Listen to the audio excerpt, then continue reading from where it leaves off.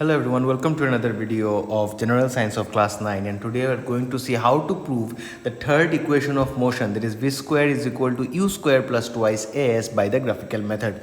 So let's see, let's not waste any time and get directly into the topic. So the formula that we are trying to prove today is v square is equal to u square plus twice as. This is the formula that we want to prove. It is the third equation of motion. So for this, of course, we need a graph, and we are going to use the same graph as we have used previously. Okay, I have drawn it freehand. Don't draw it with freehand in your exam. Okay, x axis, y axis. So this is our time axis, and this is our velocity axis, right? So this is 0. Let this be A, B and C. So this is our initial velocity, so we take this as u. This is our final velocity, so we take this as v. So obviously this part is going to be v. And this time that we have taken, the time from O to C is t. So what does this graph actually mean? That we are considering a body whose initial velocity was u. So the body was, when we started calculating the time, the body already had an initial velocity u, that is, it was at position A. From there, as time increased, the body's velocity kept on increasing. So the velocity kept on increasing up to the point B, where we stopped our timer. So here the final velocity has become v. So how much time it took? It has taken time t, whatever the unit, seconds, minutes, hours, does not matter here. So initial velocity is u, final velocity is v, and the time is t. So let a body have an initial velocity of u, and after time t, let it attain a final velocity of v.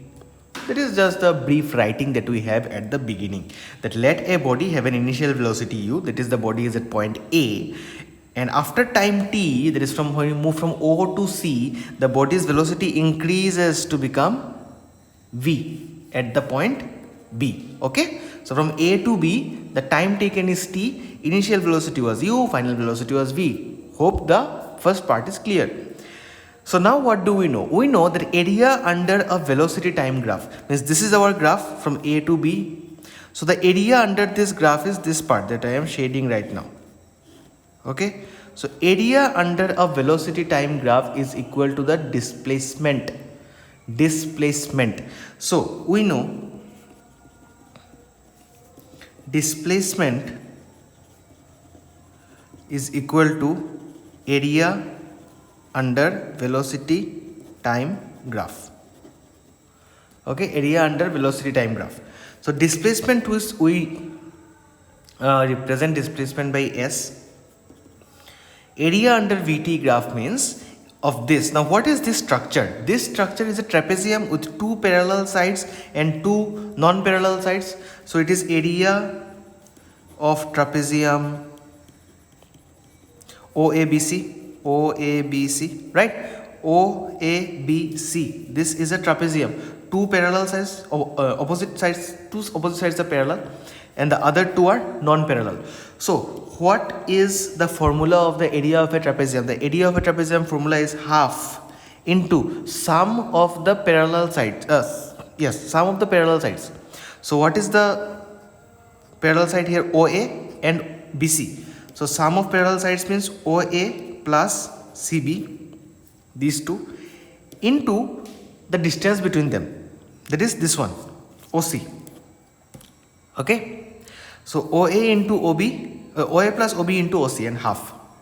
So now let us put the values. So S is equal to half into, what is OA? OA is initial velocity and CB is our final velocity, into OC. OC is time. Okay.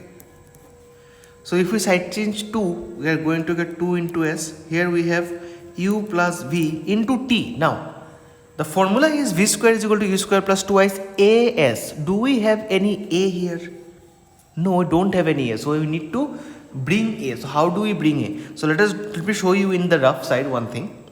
What is the formula for acceleration? Acceleration is given by v minus u by t. I hope you remember, you should remember this.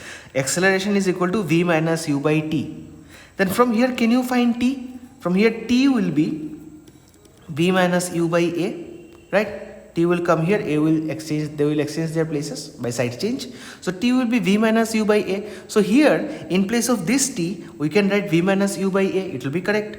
So let us write into v minus u by a. Let me continue the sum here. So this is twice s is equal to, so v minus u, so if I write u plus v as v plus u, and this is our v minus u by a. Okay, we have just multiplied, not even multiplied, we just arranged. So now let us have a side change of a. So when a comes here, it becomes twice as multiplication. And v plus u into v minus u, it is like the formula a plus b into a minus b. And a plus b into a minus b formula is a square minus b square. So if v plus u into v minus u will be v square minus u square. Okay. Now we will side change u. So if u comes to the left side, it will become plus u square minus to plus.